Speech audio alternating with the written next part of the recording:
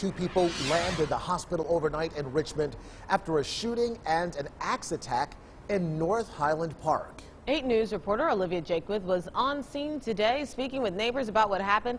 Olivia, what can you tell us? Yeah, well, Eric, Deanna, one neighbor told me she heard as many as 10 gunshots, one right after another, and then picked up the phone to call police. Now, thankfully, no one was killed, but 2 men were taken to the hospital, and one of them still fighting for his life. He was taken there in life-threatening condition. However, as of this afternoon, police tell us that no suspects have been charged.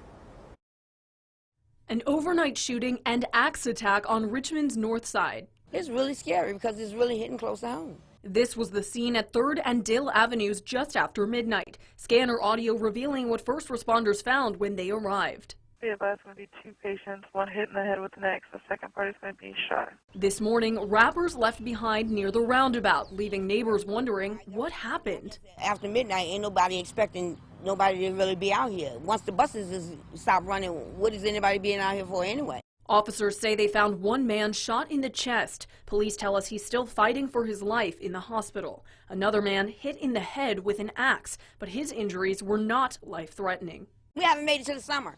Yeah, we're trying to make it to the 4th of July, and they're not giving us a chance. You know, that's crazy. This shooting and axe attack believed to be related, but the question is, why? Whoever these people were, I think that they weren't even from this neighborhood, to be honest. I really don't think they're from here.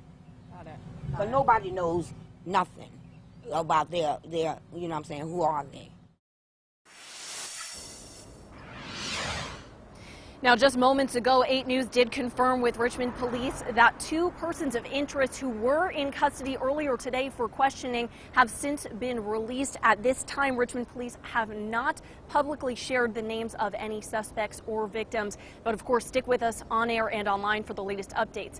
For now, live in Richmond, Olivia Jakewith, 8 News.